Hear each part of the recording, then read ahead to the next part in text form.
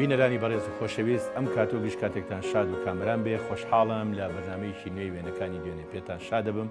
بەو هیوایی جێگای سوود و ڕەزامەندی هەموو لایەکتان بێ. میوانی ئەم جارەمان ئازیزیەکە بە ناوی حافیزەخان کچی کاکە حەمەی ئەمینی عەتار بە ناوی بەرنامەکەمانەوە گەلێ بە خێراتنت دەکەین. زۆر سپاس بۆ جەنابێت کە ڕێگەت داین کە ئەم چاوپێکەوتنە لەگەڵ سازکەین. حافیزەخانیە خوا بە خێر بێی. ئەوەی کە لە ژیانی تۆ ڕوویاوە ئێستا ئیجارینەوە بەڵام بە وێنە. بەڵێ هەڵبەتە تۆ هەر خۆت نیت ئەسڵێکت هەیە ڕەسەنایەتیەکت هەیە ئەگەڕێتەوە بۆ باوک بۆ دایک بۆ خوشک و برا بۆ ئەو پەیوەندی کۆمەڵایەتیانی کە لە ژیان تا دروستت کردووە هەموو ئیجارینەوە بەڵام ئەو کەسەی کە گەواهیدەری قسەکانی جەنابتن ئەو وێنانن کە لە ژیان تا کۆ کردوونەتەوە.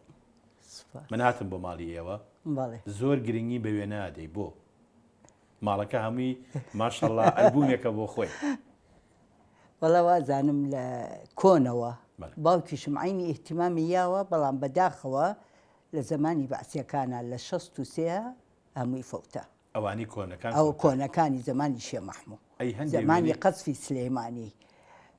قەزفی سلێمانی واتە 1924 زمانی شێخ. بەڵێ ڕسمەکان قەزم هی ئەوسایە هەمووی لە 63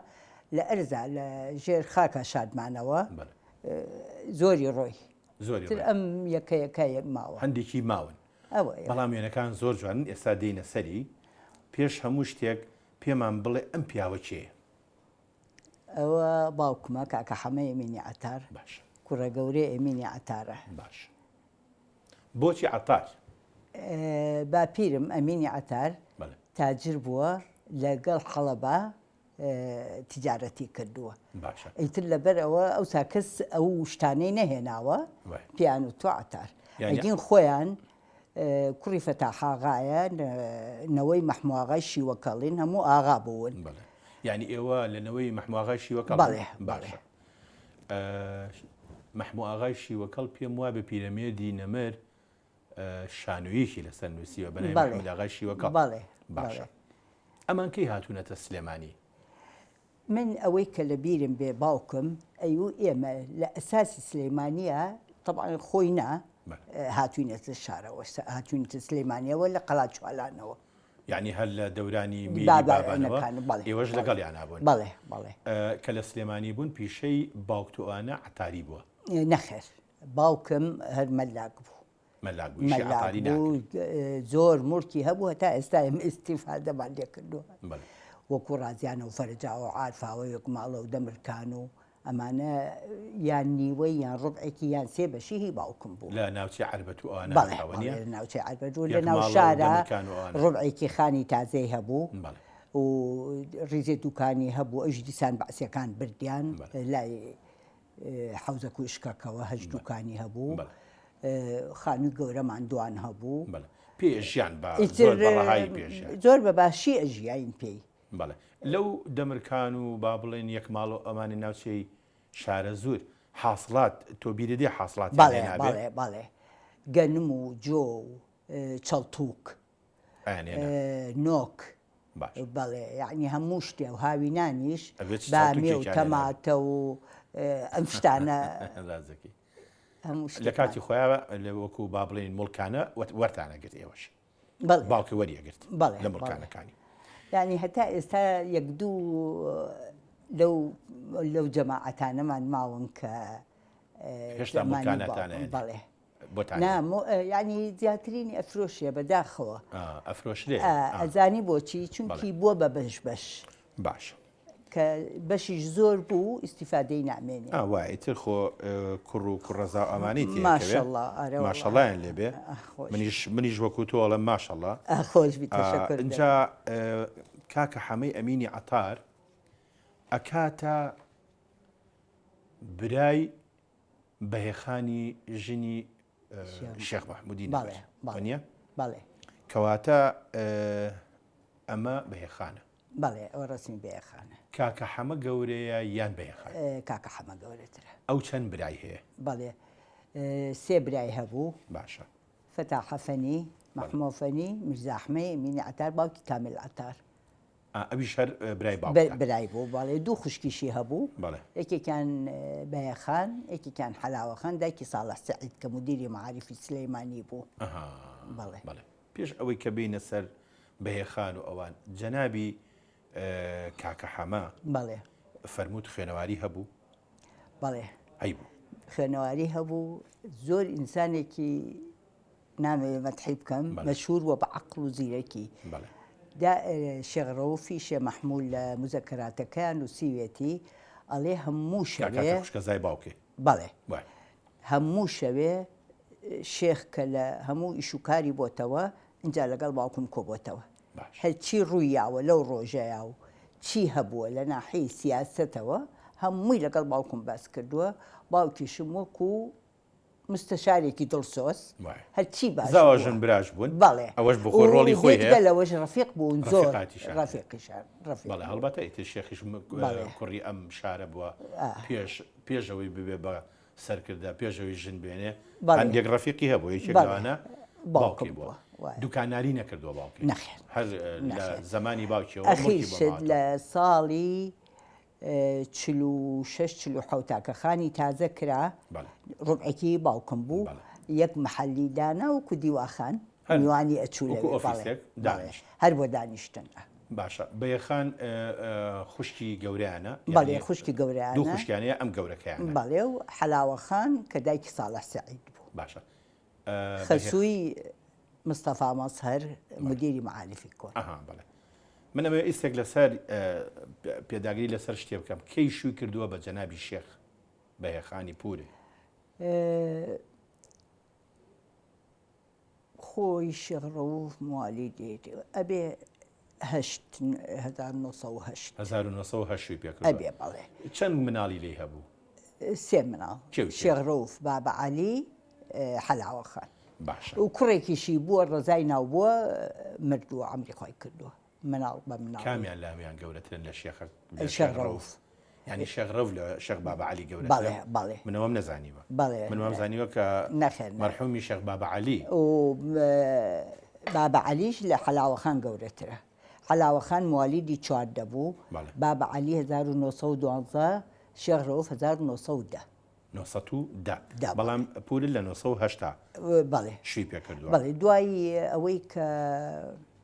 لە پێشا شووی کردەوە بە شێخ مستەفای نەقیب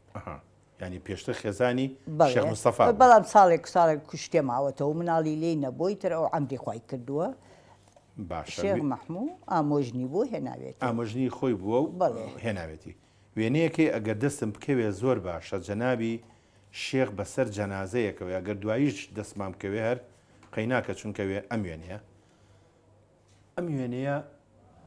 من نەمبینیوە لە هیچ شوێنێ.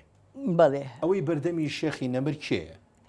وتیان شێخ مستەفا بەڵام شێخ مستەفا لە سعودی عەمری خۆی کردووە. شێخ مستەفای نەقیب بەڵێ ئەمە ناتوانم پێ بڵێم. ئەمەی تەنیشتیان کێیە؟ نازانم ئەمە ئەبێ لە شەحەمە غەریبە چێ؟ ئەو شەحەمە غەریبی قازانقایە؟ بەڵێ کە ئەبێ بە مێردی خوشکی شێخ مەحموود بە مێردی خوشکی مێردی فاتمەخان بوو. کەواتە ئەمە کێیە؟ ئەوەش ئەجەخانی شێخ سەعیە خوشکی شێخ مەحمووە خوشکی سەیبراهیم و حەلاوەخان و ئەجەخان لە دایکێکی تر بوون. کەواتە ئەمە خێزانی شەحەمە غەریب نییە؟ نەخێر خێزانی ئەو نەخێر ئەمە شووی نەکرد شووی کردووە یان دڵنیانیتی دڵنیانی باشە. ئەی ئەم وێنەیان کێیە؟ ئەوە حەلاوەخانی شێخ مەحموودە تاقە کچی شێخ مەحموودە لە پورتە لە پورمە بەڵێ وەنیە خۆشەویستی هەمومان بوو. شێخ ڕەوف و شێخ بابە عەلی و حەلاوەخان بەڵێ حەلاوەخان شووی کرد؟ نەخێر شووی نەخێر وەختی خۆی دەنگە هەبوو عەبدولئیلاه وەسی بەڵێ وەسی عەرشی عێراقی بەڵێ ویستی یعنی چونکی لەگەڵ بابە عەلیە زۆر ڕەفیق بوو ئەو ڕسمەی بابە عەلیم نەهێناوە کە لەگەڵ عەبدولئیلاه لە میسر گرتوێتی بەداخەوە بۆ هێنایەوە یعنی ێزانی ڕسمەکان تێکەڵاو بوو نەختێ مشکیلەیە. بەڵام شتەکە زۆر سەیرە باوکم ڕازی نەبوو وتبووی من مناڵ بووم عائیلەی مالیکە لە عێراقا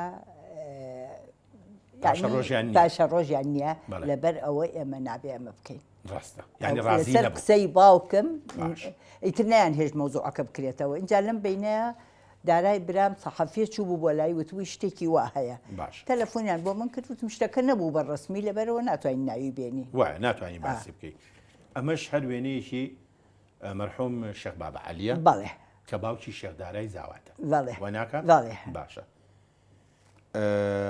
شێخ ڕەوفمان هەیە وێنەی شێخ ڕەوف ئەوەی لەگەڵ باوکم و ئەمەیە وەنیە بەڵێ کامیان شێخ ڕەوفە ئەوەی ناوەڕاستیان جەنابی باوکتە ئەوە باوکمە ئەمەیان شێخ ڕەوفە ئەو لاش بابە عەلیە کەواتە ئەمەیان شێخ ڕەوفە کوڕە گەورەی حەلاوەخان کاکاتە خوشکە زای باوکێ بەڵێ ئەمەشیان شێخ بابە عەلیە بابە عەلیە و بڕوات بێ باوکم ئەو دوو خوشکەزایەی وەکو ئێمە زیاتر خۆشویستووە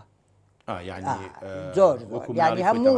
هەموو ئیدارە و سەرپەرشتی ئەوان لە باتی شێخ کە مەشغوڵ بووە زانی سەربازی ئەم خەریکیان ئەم زیاتر جا دائیمەن بابە عەلیش و شێخ ڕەوفیش بە ڕەحمەت بن خەڵغەڵێ باوکم وای و تو باوکە ئەمانیان گو خاڵم وای و تو خاڵم ینی زیاتر ئالوودەی باوکی بوون بە بیرەوەری تۆش هەر ئاواجلی کوردی لەبەرە کرد نەخێر هەتامرد باوکم بەڵێ بەڵێ هەرجلی کورد بەڵێ هەرجلی کوردی جوانی تێکەڵە کرد هەر عینی شت بەڵام بابە عەلی و شێخ ڕەوف تەبعاً هەردووکیان ئەوە هیچ ئەوە زانم ئەی ئەم پیاوە چێە ئەوە مامە و نەجیبەخانی کچێتی مامم بەڵێ میرەڵای بوو لە جەیشی عوسمانیە لە تورکیا و بەڵێ و هەتا ئێستانەوەکەی لەوێ کوڕەکانی زەفەر و گونەر و بەداخەوە نازانم نەجیبەخان ماوەیان نا ینی ئەوە نەدورن لە یەکتری دووری هەوڵتان نەیاوە زۆر وڵا هەتا ئەم هەتا هەشتاکانیش عەلاقات هەبوو زۆر ئێستاش تەسەورەکەم دارا عەلاقەی هەبێ بەڵام بەنیسبەت منەوە دارا مەبەستی کاکدارای براتە بەڵێ باشە ئەی ئەم پیاوە ئەوی شەرماممە فەتاح عینی شخصە باشە ئەی ئەلێرا وێنەیەکێ ئێمە زۆر بینی ومانە بەڵێ ئەوە دیار نیشتون بە دیار قونبولەیەکەوە نەتەقیوەتەوە کە دانیشتون بە مامەیەکێکیان ئەمەیان هەر لێرەوە سەیری کە فەرموو ئەو لایەن مامە ئەمەیان کراسپیەکەیان بەڵێ ئەوە نازانمەوی تریشکەیە وێنەی زۆر جوان هەن لەناو ئەم ئەلبومەی جوانە زۆر بەبەهایی بەڕێز ئەمانە چیان ئەمە هیچ ئەمە باوکتە ئەمە باوکمە ئەوە حاج سیاغایە ئەمە حاج سیاغایە بەڵێ ئەوە حەماغایەتی چیان حاج سیاغا بەڵێ زوڕیەتەکەی چیان جەلالاغا و جەمالاغا و مستەفاغا هەرسێکیان نەماون نەوەیان ماوە بەڵێ ئەی ئەمایان چیە ئەوە حەماغای و ڕەحماناغایە حەماغای ڕەحماناغا ئەی ئەم بەڕێز ئەوەش عەبدوڵڵا لوتفیە عەبدوڵڵا لوتفی برازای حاج سیاغاکە برازای ئەوە و خوشکی ئەویش ژنی حەماغا بووە خوشکی عەبدوڵڵا لوتفی سەدیقەخان ژنی حەماغا بوو ئەو ڕەحماناغایە کچی لێی بوو دوایی لە خێزانێکی تری مناڵی بوو سەرداراغا ئەوان بوون بەڵێ ئەمەش هەر وێنەیەکی زۆر جوانە چیان ئەمانە ئەم کەوا شاڵ سوورمە ئەم پشتیانە پانە و خەنجەر و سمبولی کوردایەتی چیان ئەمانە پشتەوە نووسراوە نازانی باشە شێخ شەعەلی سەرکار سەید برایمی حەفید ئەمە سەید برایمی حەفیدە ئەمەش سەرکارە وەنیە ئەبێ وابێ بە پێنووسینەکە شەم حەمە سەید برایم و شەم حەمە و شێخ شەعەلی سەرکار من وێنەیەکێ لەناو ئەلبومەکەی بەڕێستا بەڕاستی سەرسامی کردم چونکە من مێژووی شۆڕشەیەک لە دوایەکەکانی کورد و بزوتنەوەی ڕزگاری خوازی زۆر ئەخوێنمەوە هەمیشە پیاوێک هەیە لە زەهنی منە بەڵام وێنەی منە بینی بوو ئیتر نازانم کەسانی تری تایبەتمەند وێنەیان هەیە نە ئۆزدەمیر بەک ئۆزدەمیر بەک ناوێ عەلی شەفیقە یەکێکە لە قوماندانی گەورەی جەندرمەی عوسمانی عوسمانیەکان نادیانە ڕەواندوست بۆ ئەوەی کە ئاگای لە ئەوزاعی شێخ و دواهەمین وێزگەیان بوو لە عێراقا کە ئینگلیز هات ئەمە ئۆزدەمیرە وەنیە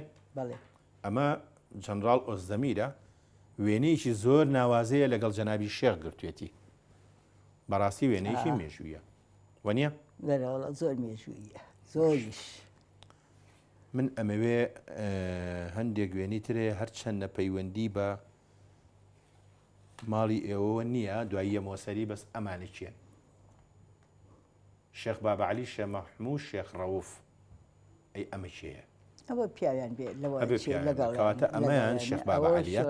بە پێوی کە بچووکتر چەندە بەخوا 4 ساڵە بێت بەڵێ ئەخر وایە خۆ ئەو کاتەوە مناڵ بوون بەڵام جلەکانیان جلی گەورەیە ئەمەشیان شێخ ڕەوفە ئەوەش یەکێکە لەوانی کە هاوکاریان نابوون و لەگەڵیان نابوون بەڕاستی من سەرسامم بە وێنانە چونکە کەمتر من وێنەی ئاوان بینیوە ئەمەش وێنەیە کە پێم خۆشە بۆ بینەرانی باس بکەی نازانی ئەمە بەس من و تۆ متتەفق بوون لەسەر ئەو وێنەیە ئەوە هاتنی سمکۆیە بەڵێ ئەوە هاتنی هاتنی سمکۆ طبعاً لە زمانی ئێمەیان نەبووە لەبەر ساڵی 1920 بەڵێ ڕسمەکان ئەبێ سەیری بکە یەکێ شارەزابی اینجا ئەتوانم ئەمەش لە دیوانی ملوکانە بووە بەڵێ ئاهەنگی هاتنی سمکۆیە جا دیوانی ملوکانە برونی بکەمەوە بۆ جەنابیش تەمەن ئەیزانی بەڵام با بەهۆی جەنابیشتەوە بۆ بینەرانی بەڕێزی ڕوون بکەمەوە دیوانی ملوکانە پیان دوایی کە دەورانی شێخ نەماوە کردویانە بە قوتابخانی فەیسەڵیە بەڵێ لە قوتابخانی فەیسەڵیەوە کە ڕووخاوە بەداخەوە کە ڕووخاوە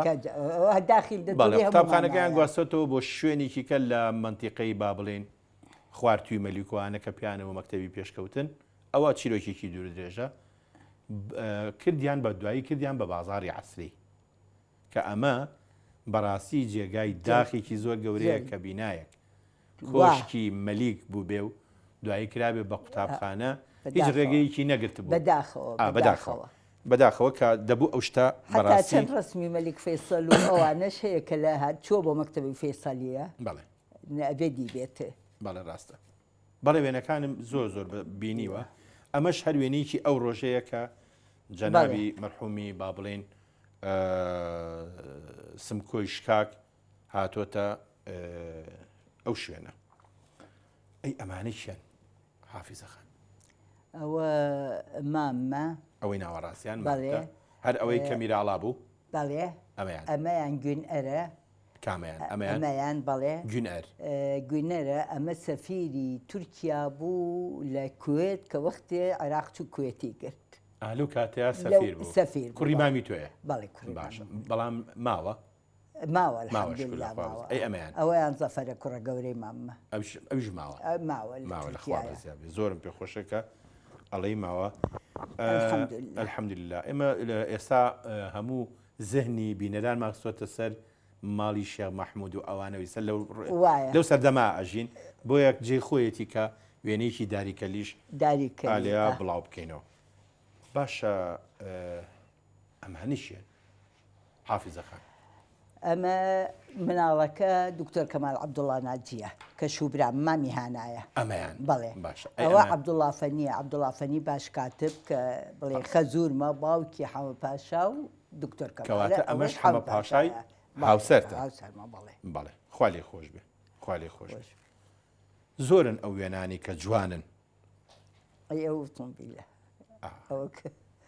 نادرە ئەمەکەی هەمڵتنە هامڵتن تۆ هیچ زانیارێکی هەیە لەسەری بەخوا تا حەدێ ئەندازیارێکی بەریتانی بووە ڕێگایەکی کردوتەوە لە ناوچەی ڕەواندز و بە جوندیانە ئەچێتەوە بۆ چۆمان و ئەچێتەوە بۆ خانە بۆ با بڵێن ئێران خەتێکە ئێستاش زۆرم پێخۆشە هەندێک پیاوی جل کوردیە بینم هی ئەو ناوچیاڵەم خاڵە ئەم خەتە چی پێڵەن زۆر بە جوانی پێڵەن خەتی هامڵتن خامڵتنیش ئەو کێش مهندیس بۆ لەگەڵ یا قالەی ئایشەخان ئەو ڕسمانەی کە دەست من کەوتووە هی قالەی ئایشەخانە بە ڕەحمەت بێ پێم وابێ ئەم وێنەیەش پەیوەندی هەر بۆ ڕۆژگارەوە وەنیە ئەوە ئەو کاتەیە کە با بڵێن ئەو ڕێگەیە ئەکەنەوە بەخوا ئەبێ وابێ وەنیە ئەبێ وابێ چونکە من ئەوە لە شوێنی کە ئەوم بیستووە ئەگەر یەکێکی شارەزاتر بێت لە من و تۆ پێم خۆشە بۆ ماساحکاتەوە کەم کەس بەڵێ بۆ ماساحکاتەوە ئەمەش هەر وێنەیەکی جوانە ئەگەر ئەوە بە یاخی کوردستانە بەڵێ ئەمە ئاڵای شێخ مەحموودی حەفید لە نێوانی 1922 بۆ 1924 چونکە ئەو دوو جار تشکیلی حکوومەتی کردووە کە لە 19 تێک چوو لە دنیاش بەسیتر بووە یعنی یەک بە یاخ نەبووە و تەواوی تر بەڵام بەیداخەکەی مانگ و ئەستێریتیایە و ڕەنگەکەی سەوزە دیارە هەم نیشتیمان پەروەریەتیە و هەم دینداریشە وانە ئەوە لە وێنەکە دیارە دوو کاراکتەریان سڵاوی کوردانە بۆ ئاڵای کورد ئەسەنەوانێ کە بە هیوام بێ ئاڵا نەبین میلەتەکەمان بێناسنامە نەبین ئەوەی بینیمانە هەمووی ببینین بەڵێ ئەمە وێنەیەکە ئەمانی چێن ئەمە ئەمیر غازیە ئەمیر غازی ناوەڕاستیان بەڵێ نەبووە بە مەلیک یعنی ئەو ڕسمە پێش 34 پێش 1934 بەڵێ ئەو پێم وابێ لە 37 و 38 ئەمانەیە خۆی کرد دامی کرد کوژرا هەر 4-5 ساڵێک بە مەلیکی مایەوە کوژرا ئەمە نازانی ئەم شوێنەی کوێیە بەخوا وازانم هەولێر بۆ چونکی چەند ڕسمێکمان هەیە هەمووی لە هەولێر گیرەوە ئەمە ژوێنەیەکە کە بە خێراتنی ئەمیر غازیەکە لە خستەخانەی هەولێر لە خستەخانەی هەولێر ئەمەش وێنەیەکە نووسراوە لەوە ئەچێ کاپتن لاین بێ ئەگەر کاپتن لاین بێ کاپتن لاین لە حاکمی سیاسی بۆ لە ڕانیە بەڵام پێم خۆشە کە جەنابی باوکە ئەم ڕسمانەی پاراستووە بەڕاستی خەفەتم بێریدا چونکی ڕسمەکان زۆر زیاتر بوو لە زۆر زیاتر جارانیش خەڵقەوەنێ بەڕاستی احتیمامی گرنگی پێ نادا ئێمە مناڵ بووین بەڵێ ئێستا من بەداخم کە وێنەی دایکتە نییە هەمە لە بەغایە هەمە لە بەغایە اینجا تۆ هەتا بینیوتە بەڕسم بڵێ ڕسمیت هەیە گەر پیشانیەکیشی بێ بڵێ ئەمە دایکمە میوانی بەڕێز زیوایەتە ئێرە ئەڵم بۆ دایکە نییە ئەڵێ پێی حرام بۆ ڕسم بگرێ حەزی نەکردو ڕسمی بگرێن وەڵا دایکم چەند ڕسممان گرتووە لە بەغا و لە حەبانیە و یعنی لە سەیرانە و لە هینا بەڵام بەداخەوە بەڵێ ئێمە دیسان هەر پەرەوازەی بەغا بووین و وەرەوە و ماڵ ئێستا ماڵمان هەر لە بەغا بەجێمە باشە ئەمە نازانی شوێیە نەخێر نازانی بەڵام لە ئەلبومی جەنابتایە بەڵێ پێش ناچێت سەرچنار بێت چکە سەرچنار ئەو شاخانە ئاوە نزیک نەخێر باشە اینجا بابینە سەر ماڵی خۆتان لە سلێمانی ماڵی خۆتان لەکوێ بوو لە جادەی کاوە کە ئێستا ئوتێل قەسرە بەداخەوە ئوتێل قەسر بەڵێ تازە یعنی 2-3 ساڵە دارا کردی و ناوی قەسرە وتێلەکە ئەمە خۆی لە ناوی بەر بۆیە ناوی قەسرا من اقتراحم کرد وەختی خۆی دارا دوو کوڕی هەیە میران و ئازاد وتم ناوی بنێ میرزات وتێل میرزات ناوی هەردووکیانەوە بەڵامی تر ئەم زروفی هینە هات لە ناوی برد یعنی فرۆشتی باشە ئەمە ماڵی خۆتان ئەو ماڵی خۆمان ئەو ژووری دارایە ئەو دوو پەنجەرەیە ژووری دارایە کاکدارا براگەورەیە بەڵێ براگەورەتانە بەڵێ باشە وێنەیەکی کاکدارامان دەستکەوێ زۆر باشە ئەمە کێیە ئەمە کاکە عەلیمە و گوزیدەخانی خێزانێتی کە ئامۆزامە ئەمە براگەورەمانە براگەورەتان باوکی چەند ژنی هەبوو دایکی کاکە عەلی 1 ساڵ ژنی بووە ئەمری خۆی کردووە اینجا دایکی کاکە نووری خانمی حاج فەتاح ئەویش 1 ساڵ و شتێک کاکە نووری نەنکی بەخێوی کردووە کاکە نووری غەربی ئێستا دینە سەر ئەوانە زۆر بە وردەکاری بەڵام ڕێگەم بە با پێکە وچانێک بین خۆشەویستان وچانێک و دێنەوە خزمەت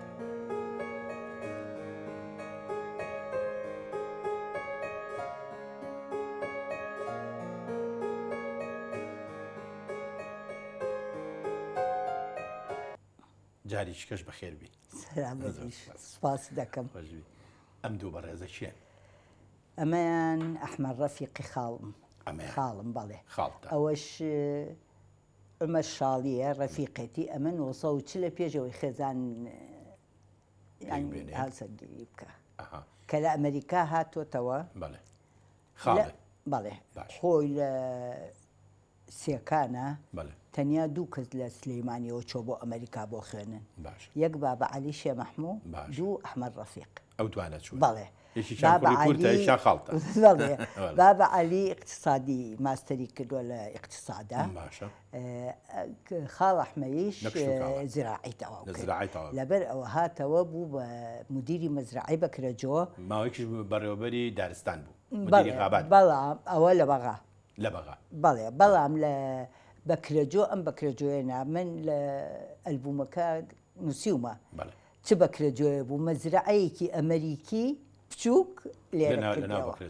زۆر عجایب بوو بەس من تا ئێستا دوو زانیاریم دەست نەکەوتووە لە جەنابێ بەڵێ یەک دایکە ناوی چی بوو ئاسمێ حاجی فەرەج ئەوان خەڵکی شوێن بە ئەسڵ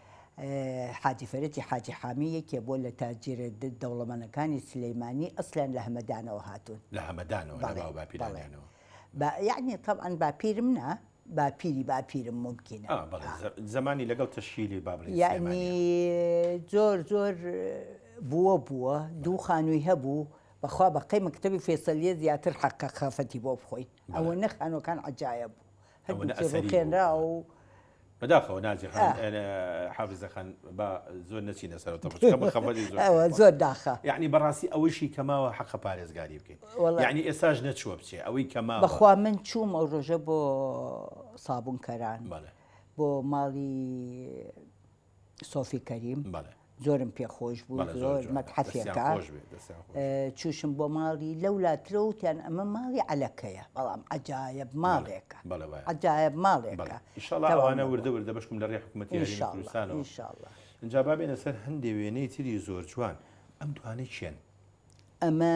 تەها محەدین معروف و کاکە نووریمە عینێک لە چاوەکەیان کاکە نووریە بەڵێ کاکە نووری غەربی ئێستا دێنە سەرەوە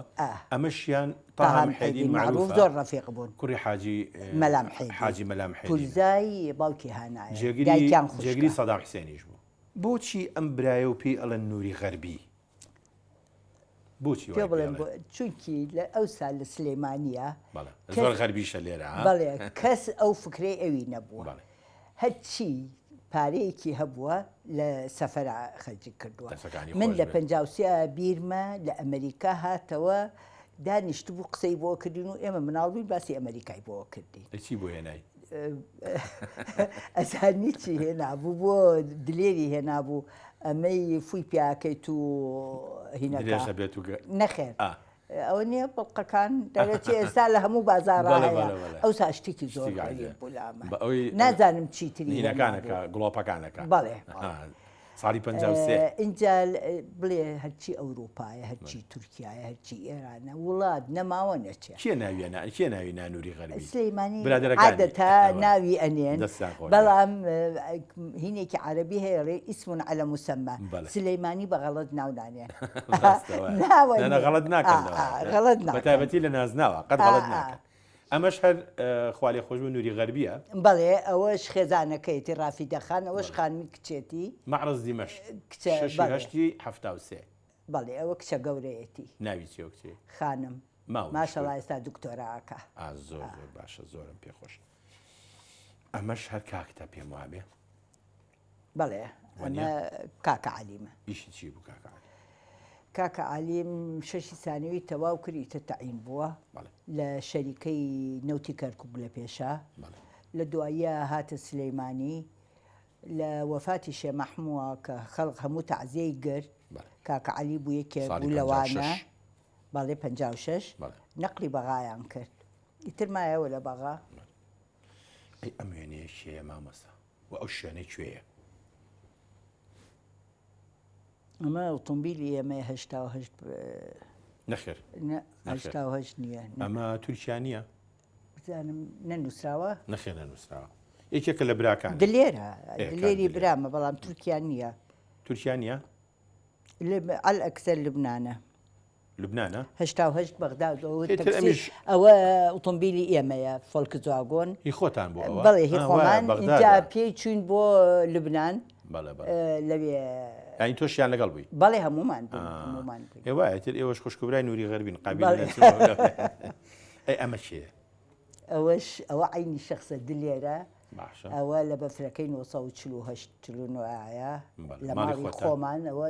داری هەنجیرە لە زستانە ئەو ڕۆسمەی گیراوە. ئەی ئەمەشی ئەو دارایە کاک دارایە لای ماڵی خۆتان؟ بەڵێ نەخێر ماڵی خۆمان نییە. بەڵێ ئەی ئۆتۆمبیلەکە ئەویشی ئەگەر ئۆتۆمبیلەکە ئێمە ئۆتۆمبیلی ئۆپڵمان هەبوو تازە بەڵام ئەوە نییە. بەڵێ لە پشتەکەشی لێ نەنووسراوە بەهەرحاڵ. ئەی ئەمانێکە ئەوە مەیادە کچی مەحموو بەگی بابانە ژنی دلێرە برام ئەوی دکتۆرە و ئەم دکتۆرەیە. باشە ئەی ئەمیشانە کاک لێرە ئەوی دارایە کاکدارە بۆی کە ئێمە غەدر نەکەین. حافیزە خان تۆ چوویتە مەکتەب چوویتە چ مەکتەبێ؟ لە پێشا لە مەکتەبی زەهرا بووم هەتاکو دوو ابتیدایی. باش لەوێ باوکم وتی مەکتەبی سەدیقە مەشهور بوو بە باشی نەقلی مەکتەبی سەدیقە بووم یعنی شەشی ابتیداییم تەواو کرد اینجا چوینە متەوەستە. چوویتە متەوەستە؟ بەڵێ لای ماڵی حەفسەخانی نەقیبەوە بوو لە پشت مزگەوتی گەورەوە. پێش ئەوە پرسیارێک ماوە کە بۆە زووتر ئەوەمان کردە. بەڵێ تۆ 36 هەر لە سلێمانی لەم ماڵەیە لەدایک بووی؟ بەڵێ وانە؟ بەڵێ. ئەمە لێرا چەند ساڵی؟ واتە تەسەورەکەم 4 ساڵم. 4 ساڵی؟ 4 ساڵم. تەسەورەکەم ئەمە کە خاڵم هاتۆتەوە کامێرەی هەبووە و هین لە ئەمریکا ئەم ڕسمانەی گرتون چەند ڕسمێکی تریشمان هەیە هی عائیلەکە.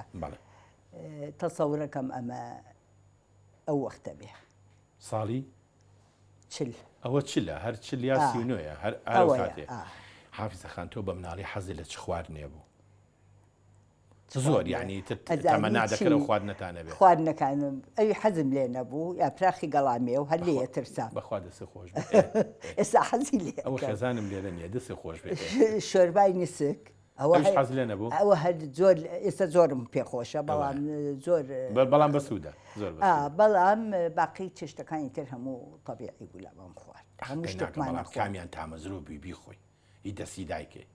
ینی کە لێ نابوو بەجەژ. دایکم مەشهور بوو تاسکە بابیەکەی زۆر خۆش بوو تایبەتی خۆیەوە نیە زۆر خۆش بوو پڵاو تاسکە بابیە کرد زۆر خۆش بوو. ئێمە زۆر ئاورمان لە براکانتدایەوە کاکعالیتەوە بە کاکە نووری کاک دلێر و کاکدارە ئەوڕێکیش لە خوشکەکانە بینەوە ئەمانەیە یەکەیەکە بۆمان بە ئەمە چوار خوشکین. باش یەکەم جل کوردێکە فایزەیە خوشکی بچووکمانە ئەمری خۆی کرد بەداخەوە. دووهەم منم دووەم جەنابەتی. سێهەم لویزەیە لویزە ژنی کەمالی شێغەریب. بەڵێ بۆچی لویزە؟ ناڵێم مغنیەکی فەرەنسیە بۆ سلەیمانی گۆرانی بێژێکی دەنگخۆش. ساڵی؟ نازانم یعنی لە بەس لە تۆ گەورەترە؟ بەڵێ لە سێکانە پێش 36 طبعا یعنی گۆرانی بێژێکی فەڕەنسی هاتووە سلێمانی لە سیەکانە لە سێکانە ناوی لویزە بووە. دایکیشم سکی هەبووە توتی بەخوا کچم بێ ناوێنێم لویزە لە جوانی ئەو لویزەی فەڕەنسی باشە. ئەوەشیان باچ پاکیزە خوشکی گەورەمانە خوشی گەورەتان دایکی دانای قەشانی دانای حاکم مستەفا. بەڵێ باشە لێرە ڕێزمان هەیە بۆی کەواتە پاکیزە خان. بەڵێ لویزە. بەڵێ حافیزە فایزە هەر زۆر بە لەحنێکی جوانەوە. دایکم زەوقی هەبووە ڕێکی خستووە ئەم ناوانە لەو زەمانەیە. ئەم وێنەیان تۆی تای حافیزە خان؟ بەڵێ. کامیان جەنابەتی؟ ئەم تەنور و بلوز سپیە ئەوەڵ لەوێەوە. ئەمەیان؟ بەڵێ ئەمەیان جەنابەتی. ئەم شوێنەی کوێیە؟ مەکتەبی سەدیقەیە. بەڵێ ماڵی حاجی مەلا فەرەج بوو لە پشت ماڵی شێ مەحمووەوە. بەس یەکپۆش نەبوون لە قوتابخانە هەمووتان یەکجلتان لە بەرابێ وانە بوو؟ نەخێر هێشتا ئەوە نەبوو خەڵق ئەوە ئیمکانیەتی نەبوو کە پارە بات و هەموو بکە. ئیتر هەریەکە بە ئاستی کۆمەڵایەتی خۆی یعنی هەمویان ئینسانی معروفن. بەڵێ وەکو کەیتیایە خەڵک ئێستا ئەزانی ئەمەیان دووهەم لای منەوە ژنی دکتۆر جەمال جەلالە. ئەمەیان ئەوە نەسرین مەحموود سامیە کچی حاجی مەحموود سامی. ئەوەیان ژیانی عارف بەگە. ئەوە سوارە قەفتانە لە باوەشیە. سوارە قەفتان. بەڵێ ئەوە پاکیزەی فەوزێ فەنیە. ئەوە حەلاوەی سەینووری نەقیبە خزمی خۆتانە. بەڵێ ئەوە خەیریەی برایم بەگی ساحب قرانە. أو فاطمة حسنة عربة عربة أميان بشن واحد جني رشيد خفاف كعمري خوايكر بالله خوافيك أو أنجوم عبد الله سد أنجوم بالله سد أنجومي بابلين عبد الله زهدي عبد الله بالله ليرة لبرنامج بەشداری کردووە بالله سڵاومان هەیە زۆر رفيقي اللي زي خوشكم بزور يعني اوان له جنابك ولا طلع مان همون من بتتصاب والله موسى مكتب وابو يعني النبو نشاني ايش تو زيركتي بوي لو انا كنت بمنالي بيان قشتو تتو او نسريني واحده فنيه بله او كم واحده فني بابا سلمان براين نوري علي باولين نوري علي صيدلي واحدة فني شاعر يعني مشهورة واحدة فني عبد الواحد نوري بله بله أما ناجي مجيبة دايتي دكتور توانا رفيق مان إيه ناجي خان كدوسي برنامج لمو بيش دير أبو تخوا والله إيه شو جيني دور محترمة بله أول شيء الفهيمة عزيزة نازان مرين عمري خواي كدو بخشكي أحمد عزيز بو طيار بله باسي كي دوراني جنجتي خود بتشيو خريج بوي تو تاسيشت خوين زياتر نخن بله نخير تر ئێمە دوو مانگ لە سلەیمانی ماینەوە چوین بۆ کەرکووک باش لەوێ بە گەڕان و ڕابوادن و ڕەفاقەت ئەمە لە دوای سێ بەڵێ باش کە یعنی لەگەڵ هاوسەرە چوون بۆ تۆ ئەوەم پێ بڵێ بۆچی لە سێ وازێ هێنا ئەوسا عەقلیەت نەوەیەکی تر یعنی هەست دەکەن پێویستێ بەوە نیە تەعین ببی نەک پێویستم نییە هەموو کەسەی پێویستی بە هەموو شتێ هەیە بەڵام عەقلیەتی ئەوسا پیاوێکی معلومە و عائیلەیە و نازانم چییە و یعنی فەزڵەکەی دا بەسەر شوکر نەکرد تەبزیل کرد ئەتر ئەوە بوو ئەگیناهی ئەوە نەبوو کە تااقەتێ لە مەکتەب بچێت نەخێر نەوەڵڵا حافیزەکە خۆ خۆتین کەسمان لەوەی نانیە پێش ئەوەی داوا بکات تۆ کاکە حەمە پاشا دی بوو نەوەڵڵا نەودی بوو بەڵام معروف بوو زۆر معروف بوو لەبەرەوە ئەلاکولینی بۆ چیوەڵا بێ پێمان بڵی بزانم چۆن یەکەم جار ئەم پیاوە بەهەشتیەوە ناسی ماڵی باوکمە بەڵێ ئەمە ماڵی وەڵا لە پاشەوەی داوا کرام و هین جاهات بۆ ماڵمان ئەنجا بینیتی یعنی پێشتر بەوەسفی خوشکەکانی دایکیشم یعنی علاقات هەبوو باشە ئەو کاتە چی بوو؟ زابط بوو زابطی یەک نەجمە بوو بەڵێ دوو نەجمە بوو دوو نەجمە بوو کە هاوە داوای بەڵێ ئیتر کە گواستیتیەوە چوون بۆ چۆ؟ چوین بۆ کەرکووک ینی ماڵتان چۆ ماڵمان چۆ کەرکووک 2 ساڵ لەوێ بووین لەوێ لە با بڵێن هێن بوو ئەفسەر بوو لە ناو کەرکووکە بەڵێ باش ئەوسا قائد فێرقە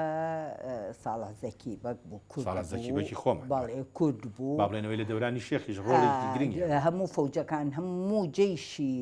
کە لە کەرکووکە هەبوو ئەو فێرقەیە تەقریبەن هەموو کورد بوون زابتەکان هەموو کورد بوون و عوائلێکی زۆر هەبوو مستەڕیف ڕەشی نەجیب بوو کورد بوو ڕئیسی سەحات دکتۆر عوسمان بوو کورد بوو کێ پێ بڵێم یعنی هەموو مۆزەفینیش کورد بوو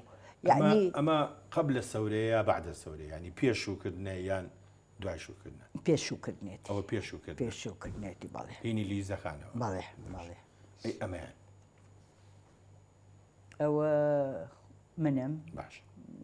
لە شایی ماڵی عرفانی فەرەجە فەنیوانیە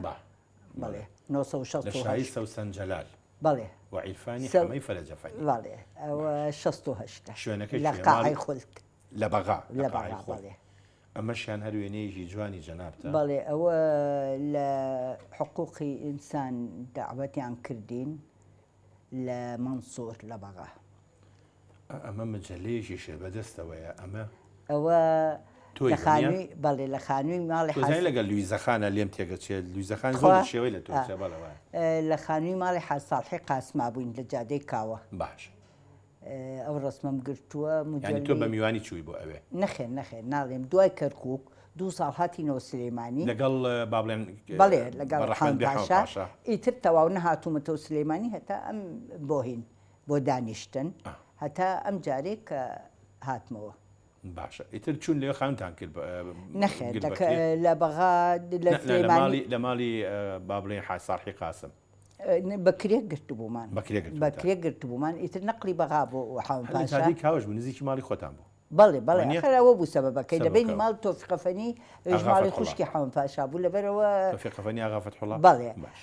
دکتۆر کەمان نەختێ لەم لاترەوە بوو ئێمەش لەو باسی دکتۆر کەمالی کرد بەڵێ ئەم دکتۆر کەمالە ئەوەش دکتۆر کەمال مامی هانا دکتۆر کەمال عەبدوڵڵا ناجی لە ئەڵمانیا کۆچی دوایی کرد بەڵێ بەڵێ ئەو کاتە لە زانکۆی سلێمانیۆ نادیان ئامێری با بڵێن تاقیکردنەوە شتی وا بکڕێت لەوێ کۆچی دوایی کرد خۆشی دڵی هەبوو ئەو خەبەرەی کە ینی نێ بەڵێ ناخۆش بوو زۆر حەز ناکەم شتی ناخۆش باسکەین لە کۆی گشتی با بڵێن ژیانی هاوسەرەتی جەنابێ لەگەڵ کاکە حەمەی پاشا بەڵێ تەنیا یەکچە یەک کچە بەڵێ هاناخان هانایە ئەمە هاناخان موالیدی چەنە 57 29 57 29 57 خوا با من یەک پرسیاری لێ بکەم فەرموو مادام ئەو 29 57 بە مەزبوطی وت تۆ کەی ڕۆژی شوکردنتە 29 هەشتی 1953 29 هەشتی 1953 ئەوە بە مەزبوطی لە بیرێ ماوە خراپ نیم نانا مەبەستم وەفاتە بۆ ئەو پەیوەندیە بەڵێ بەڵێ بەڵێ ئەزانم ئەی ئەمە ژوێنێکی زۆر زۆر ئەمە مەکتەبی نەزانم چیان پێڵێن لە لای ئێستا کوێوە کەوتووە پشت بیناکەی داوبەگی جاف لێرە لە سلەیمانی باشە مەکتەبێ بوو شایی سەردار مستەفا بەڕەحمەت بێ بەڵێ شایی ئەو بوو شایی ئەو بوو خۆی کوزامە ژنەکەشی ئامۆزامە لە کانێسکان نەخێر ئەوەی لای پێش ئەوەی بگەیتە هێن تەوار تەلار تەوار و ئەوانە نازانم زۆر شارەزانی تۆ 1000 ساڵە ڕۆشتی تازە هاتوویتە تۆ دێ گرێ لە ئێمە بەریتەوە کانێسکانە کانێسکانە فیلتەکە باسی کانێسکانم کردووە لە مەوزوعەکە زۆر خۆش بەڵێ اینجا ئەمە هەروێنێکی جوانە وڵا حەزەکەم بینەران ببینن ئەوە شایی دلێرە لە بەغا کاک دلێر کامەیانە ئەمەیە ئەمەی قات بەش بەڵێ ئەوەی عەفیف ئەسکەندەرە حەفیف ئەسکەندەری گۆرانی بێش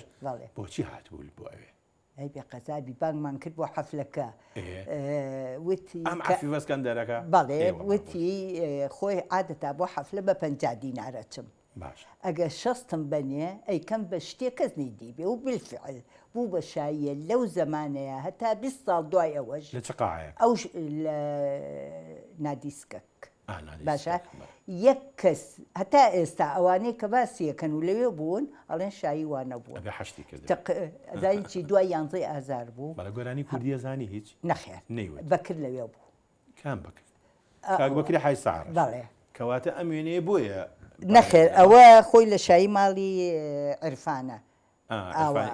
بەڵام لە ماڵی ئێمە دایکی ئەو شیری یاوە بە باجیم لەبەرەوە خوشک و براین بەڵێ ڕاستە ئەمە کاک بەکرە ئەو بەکری حاجی سەعڕەشە دە ڕۆژ لە ماڵمان مایەوە بۆ شایی دلێر زۆر باش ئەوە نوکاتی زۆرە و لەگەڵ کاک زۆر زۆر باسمان کردو ئەمەش هەروێنەیەکی زۆر جوانە ئەمە کوێیە ئەمە لبنانە ئەو تۆمبیلی کاک مستەفایە ئەوە من و باجم حاکم مستەفا حاکم مستەفای زاواتە باجاوام بەڵێ ئەوە من و باجیمین ئەوەی ئەوەی پاڵی یاوە بە ئۆتۆمبیلەکەەوە باجیمە ئەمەشیان ئەوەی منە ئەوی تر ئەوەشیان حاکم مستەفا بەڵێ شوێنەکەی کوێ فەرمووت لبنان ئەمە وێنەیەکی تری هاناخانەوەە ئەویش هەر لە لبنانە ئەوەش هەر لە ئەوە باش خوا وێنەی زۆر جوان هەیە لەم ئەلبومەی جەنابتە پیا و سەرسامەکە بە هیوام ئەوانە هەمووی مناڵی هاناخانیش بە سەروەتێکی باش بیبینن مناڵی کاکدارا ئەمانە بێت تەسلیم بکرێن لە شوێنێکی ئەمیندا بنزانی گەوهرن داراش شتی زۆر عجایبی هەیە بەڵام بێ قەزابی بە قسم ناکات بیکا بە شتێ وەڵی من لێرەوە داوای لێکم لە کاکدارا بیکا بەوەیکەوە لە فەوتان ڕزگاری وەڵات نەجاتیاوە هەندێکینی هەیە بەڵام ئەو شتی عجایبی هەیە هەندێک وێنە هەیە با لە ماڵی ئێوە شابێ ئەممەە بەهای مێژووی هەیە ئەبێ بە مڵکی خەڵک یعنی بێ لەو سنووقانە دەربن بەڕاستی ینی و بالفعل من ینی حرەکەتێکم تێخستووە بەڵێ ڕاست منی شایەتیت بۆ ئێم دەستەکانی خۆش بێ ئەمەش هەر وێنەیەکی من و باوکی هانا و هاناین لە ماڵی باوکم لە ماڵی باوکم ئەوە دیواری ئەو خانی تازەیە کە ئەڵێم لە کە دوایی بوو بە خانی تازە باڵێ کە بوو بە خانی بۆچی خانی تازە جێگەماڵی ئێوە بوو کاتی خۆی نەخێر نە باوکم کڕی ئەمە هێشتا نەکراوە ئەو دیوارە خانی تازە نەکراوە ئەوە تەفسیلە کە ئاگری لێکەوتەوە چی تر باوکم قەراریە ئەبێ حەلی بکەن اینجا باوکم زۆر متەتەوری زەمانی خۆی بوو زۆر یعنی ئەگەر بڵێم ئەو دووهەم کەسە لە سلەیمانیا حەمامی کردووە دوای ماڵی فایق بەگی معرف بەک حەمامی هەبوو حەمامان هەبوو لە ماڵەوە شێخ معرفیان هەبوو ئێمە نەخێر حەمام لە ماڵەوە قەستم لە ماڵەوە دوای ئەوە ئاو و کارەبا ڕەنە لە ئەوڵ دە کەسی سلەیمانی بوو بێ کە هێناوێتی وا حەزی لەو شتانەکەن جادەی کاوەش بە سەبەبی ئەو کرا وەکو نووسی و مەگەر خوێن بێتەوە بەڵێ وایە هەوڵێکی زۆری داوە بۆ ئەوەوە ئەو حەمامە دروست بێ ئەمە شەروێنەیەکی جوانی خوشکانە بەڵێ کوێ ئەم شوێنە ئەمە بەغایە کولیەی بەنات ئەوەی ناوەڕاز لویزەیە ئەم سەر نەسرینی ڕەشید سەدقیە خوشکی کاک سافوەت ئەمەیان بەڵێ ئەوەشیان چلچرای تۆفقەفەنی ئاغا فەتحوڵڵا چلچراخانە ماوە چلچراخان بەڵێم لە عەمانە لە عەمانە لێرە ڕێزی بۆنێرین ئەم وێنێش حەزت کرد بڵاو بێتەوە ئەوە زۆر بەداخەوە کامل عەتارە کوڕێکی زۆر عەجایب بوو بەڵام بە گەنجی مرد یعنی گەنجەکە 6 ساڵ بوو بەڵام ئەووەڵی پیاوەتی و هینی بوو خوێنەوارێکی عەجایب کورتپەروەرێکی تەواو ئیتر ئەمە شەروێنێکی جوان ئەمانی چیان ئەمەی شتە خوێنێتەوە باوکی هانایە کاک حەمە پاشایە بەڵێ لە شارە بانین بە مناسبەتی ساڵی زیکرای سەورەی چواردەی تەمووزەوە زیکرای یەکەمی نەخێر یەکەم لە بەغا بووین دووهەمە کاتە ساڵی نەخێر ساڵی بەڵێ ئەمەش هەر وێنەیەکی کاکە حەمی پاشایە نەخێر ئەمە عەبدولمەجید لوتفیە سەحەفیەکی زانی ببوورە ئەوە نەخێر وەڵایی لەسەر ئەو سەحەفیە عەبدولمەجید لوتفی هەندێک شتێ بۆ باسکردن بیرم چۆتەوە باسی کردوەتی سەحەفیەکی زۆر بەخوا هەر ئەوە ڕەنگە زۆر لەسەری نەزان بەڵام وەختی خۆی عەبدولمەجید لوتفی زۆر مەشهوور بوو باشە زۆر لە بواری سەحافەیە بەڵێ کوردیش کوردە سلێمانیە طبعا نازام خەڵقی کوێیە نازام کوردی کوێیە کامیان ئەلێرە با بڵێن بە ڕەحمەت بێ حەمە پاشایە ئەوەڵیان غەفور ئاغای حاجی مەلاسە ئەو قاپوس پێ نازانم ئەمە نازانم ڕێنکۆتەکەی لە بەرایە قاپوتە ئەوە غەفورەکەی حاجی مەلاسەعیە باشە ئەوە حەمە پاشایە ئەمەی تەنیشتی بەڵێ ئەوە خسرەواغای حاجی ئاغایە بەڵێ ئەوی شەرساڵتە بەڵێ ئەوەش مەجی عەلیە بە ڕەحمەت بێ مەجی عەلیە شوێنەکە نازانی کوێیە بەخوا ئەلەکسەر سلەیمانیە ئەمەش هەر وێنەیەکی جوانی لویزەخانە پێم خۆش بوو بیبینن ئێمە ماوەیەکی ئێجگار کەممان ماوە لەگەڵ جەنابتە بە بەرنامەیەک وێنەکانی تۆ کۆتایی نایە بەخوایتر ئەمەش حەزەکەم بزانم ئەمە کوێیە ئەمە دووبەیە شوێنەکە چییە بەخوا ئەبێ ئوتێلە ئوتێلشتەوە زانی شتی ئەسەری ئەوانەیە چکە زۆر بە شوێنە شتانە ئاگەڕێت وەزانی ئەوەش لەوەیە ئەمەش هەر وێنەی گەنجێتی ئەو ساتە نە گەنجێتی ئێستا 63ە بەڵێ ماڵمان لە بەغا بوو لە مەنسوور باشە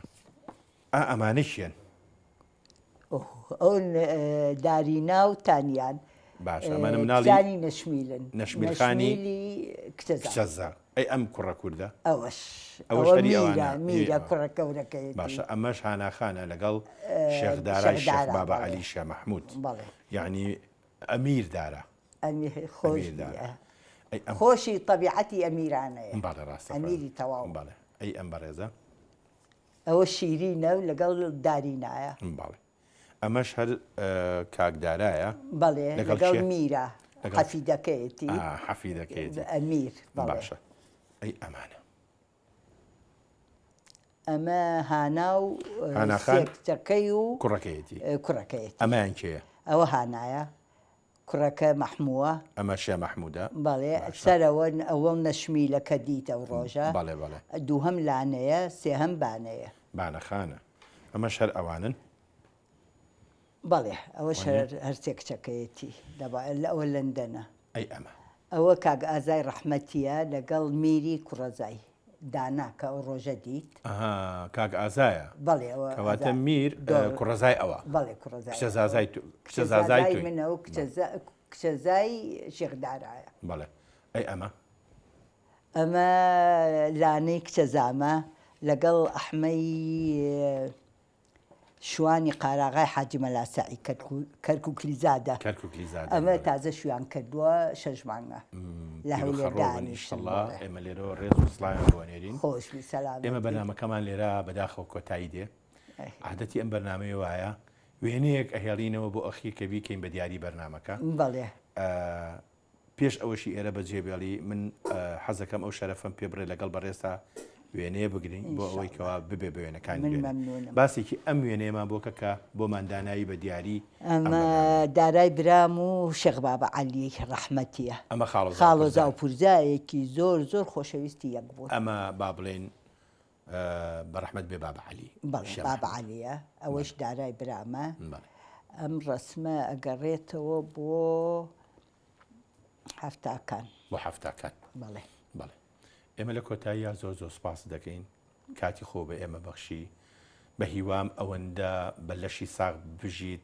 سەدان ئەلبومی کە بێتە ماڵەکە خۆشبی تەشەکر دەکەم منیش وەکو برایەک زۆر زۆر سپاس دەکەم زۆر سپاس